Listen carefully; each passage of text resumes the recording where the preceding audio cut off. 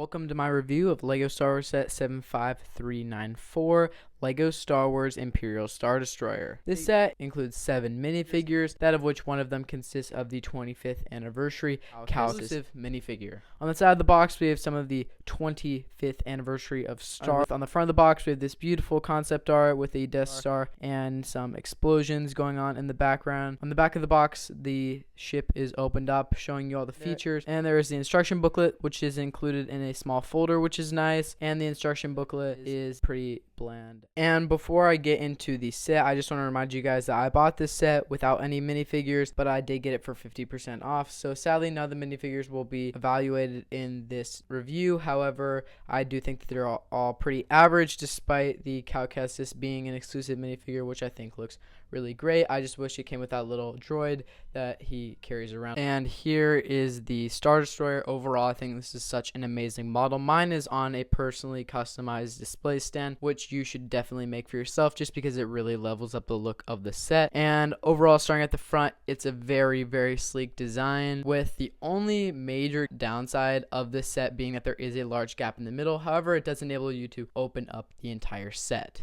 And the set also breaks apart into 2 separate pieces, one being the main frame and the other being this top piece that can simply be removed just by pulling it out. There is no tension between this at all. It simply is just laid on top of the set. Opening up the model, you will find some control panel areas, a little meeting room, a medical bay, and just a random bridge with some control panels and whatnot. And overall, it's got a pretty decently sized interior, especially for the size of the model. And I honestly think that it is a fairly sizable set compared to what it would look like on the box. A lot of people are saying it's relatively small, but honestly, seeing it firsthand, it actually looks a lot bigger than what I was expecting. It also includes a carrying handle, that which is pretty simple to use, and it has a secret compartment in the back that you can store minifigures and extra cargo. The cannons are also movable using this little pin piece here. You can move them back and forth, and there is also a spring-loaded shooter.